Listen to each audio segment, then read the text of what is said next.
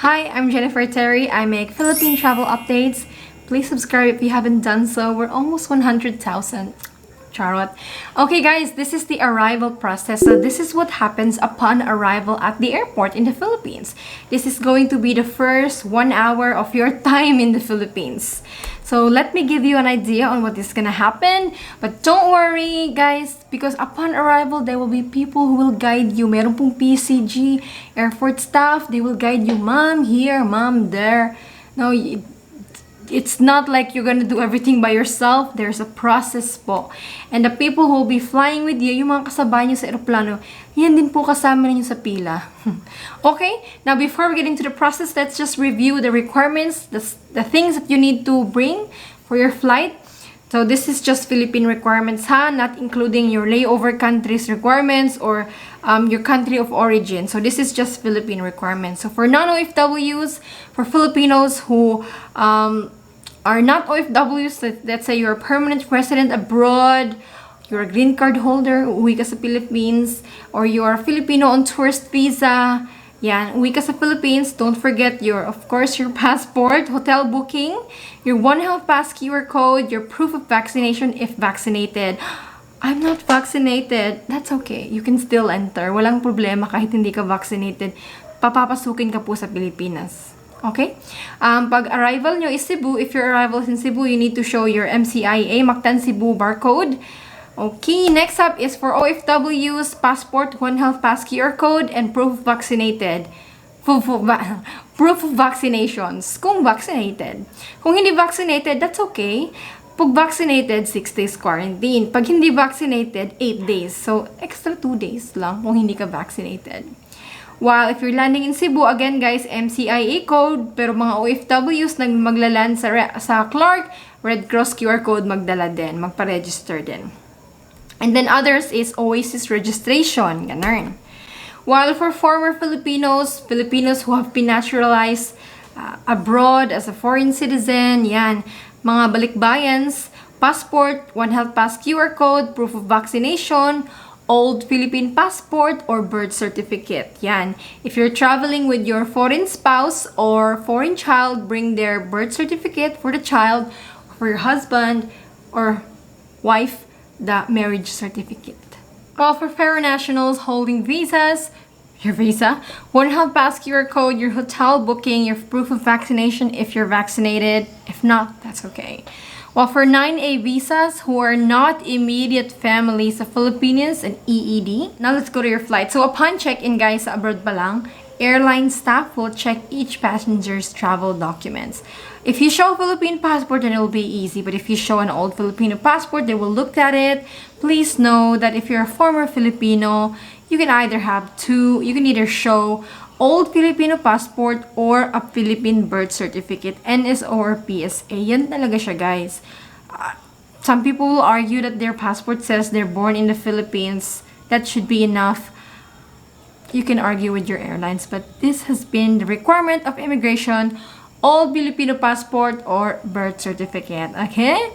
While foreigners who don't have visas and are not foreign spouse or children traveling with their Filipino family member, please don't even buy the ticket because the Philippines, as of speaking October, is still closed to foreign tourists. While face shield. So abroad, you don't use face shield, but the Philippines is so unique that we use face shield. So it really depends. I find that some flights hindi strict sa pagsuot ng face shield, while some flights, like the flight that I took with Scoot Airlines, we were required to wear face shield throughout the flight. So it really depends. And when it comes to face shield too, some airlines, like Philippine Airlines, will give you if wala kang face shield, but some foreign airlines will not. I remember traveling, and there was this kababayang OFW. She only had a kid's face shield, pero at least may nagamit siya. Yun nga lang, hindi talaga nagbibigay yung ibang foreign airlines. And then moving forward guys, during the flight, they will give you forms. So there's arrival card, Bureau of Immigration arrival card, and Bureau of Customs form. Yan, you just have to fill it out. Basic information about yourself, no, name, saan country ka galing, yan, trabaho, prepare your passport number because that will be asked, and then It's same thing with Bureau of Customs. Halos same information lang ang hinihingi. So, bring your ball pen talaga when you're traveling. Bring a pen because you'll be filling out forms.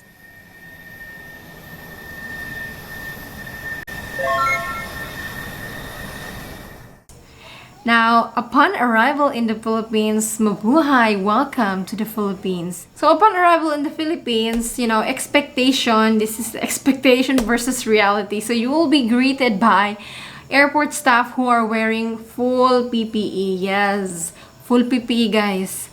And then, you will be redirected naman on where you are going. So, do not worry, guys. Maggagabay po sa inyo. Hindi kayo pababayaan.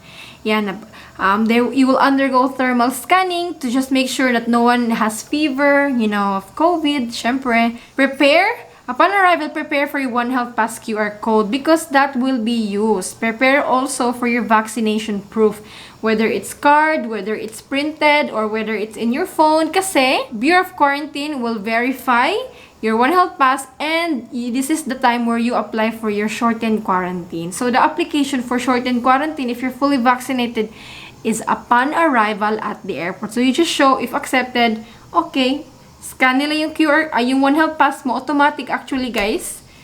Pagdating nyo sa hotel, i-check nyo yung One Health Pass QR code, nyo punta kayo sa my profile, it will say there when is your swab day schedule. It's going to be either 5th or 7th day. Then, after that, they will separate OFWs and non-OFWs. Kasi OFWs have their own government agencies na tutulong sa kanila at mag-handle sa kanila, while non-OFWs meron din.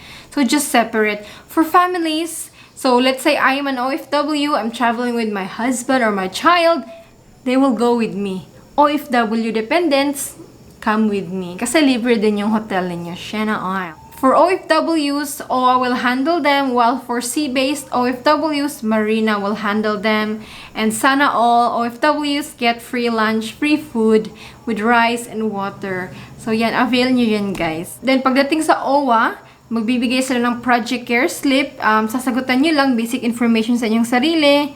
Doon na kayo i-assign ng hotel. Ng hotel, guys, yan, depende kung ano yung available. So, minsan, bongacious hotel, like 5-star hotel. Minsan, simpleng hotel. Minsan, butyo-putyong hotel. So, yan, hindi ka talaga makakapili. While mga non-OFWs naman, Department of Tourism, hotel verification. So, hotel coordinators shall verify your hotel booking or assist you in your reservation if you have not made your booking yet, or if you book in a wrong hotel that is not accredited for quarantine. Remember, non-OFWs, you need to book in advance. So, yan siya, guys. They will just verify na, okay, this is accredited. They will just check. Yun lang. There was also a small form na ibibigay sa inyo. Small lang naman with just your name in your hotel. So, madali lang. Talagang bring your own ballpen. And then, in the same desk, you can also arrange for your transportation. So, depende if you don't have a transportation yet. So, it can either be pick up from your hotel, so hotel sundo. It can either be a pre-arranged hotel transfer from your hotel, shuttles or vans, meter taxis, or coupon taxis. Now, a sticker will be given to you indicating your choice of transportation to your hotel because family pickup is not allowed. The next step for non-OFWs is COVID test verification. So, in this test, they will just verify your registration for the COVID test, so One Health Pass. Yan, and then they will tell you on which day you will be tested. Remember, you can pay at the hotel na, guys. So, you don't have to pay at the airport na. So, pay at the hotel, you can use dollars or terminal, yung gamitin yung credit card or debit card, yan. You can also use Philippine peso. Remember that the test is 3,000 per person. Yes, even for children, same price. 3,000 po talaga, mahal. While for persons with disability or seniors, they may avail a discount. And remember that even children will be tested through the mouth lang, through the mouth. Pero yun nga, even babies, sadly, will be tested as well. Remember, guys, na if you're from a yellow country, hindi kayo galing sa green countries, if you're fully vaccinated, 5 to 6 days, yung testing nyo, it will happen on the 5th day, while for the unvaccinated or partially unverified vaccinated, 7th day. So, mga 8 days quarantine. After you verify with your hotel, after mga OFWs na assign na ng hotel, next up is immigration. For Filipinos, easy peasy, piece of cake, just show your Philippine passport. For former Filipinos, yun nga, old Philippine passport or birth certificate. And if your spouse is traveling with you, marriage certificate. And if your child, birth certificate. And then for foreign nationals, your visa. And then you also have to prepare your arrival card.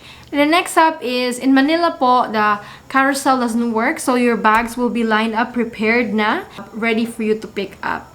Yeah. Next up is clear with customs. And then you also have to submit the Bureau of Customs form, yung binigay sa inyo during the flight. And last step is they will again scan your QR code. So it's always best that you prepare the One Health Pass QR code because it's gonna be used quite frequently for your traveling with family. It's good if you have it printed off in your phone. So what I did when I traveled, guys, I put it on my favorites album, in a specific album, so madali ko siyang na-access. And then before exit, guys, you can have, if gusto niyo magpa-exchange ng Philippine peso, there are foreign exchange booths prior to exit. They're close to the exit. Makita niyo talaga yan. It's impossible to miss yung mga foreign exchange booths. If gusto niyo magpa-exchange ng dollars, or kahit anong money kayo, to Philippine peso yan. Pwede kayo magpa-exchange bago kayo pumunta sa hotel. Kasi once you're in the hotel, you cannot go outside unless you finish the quarantine.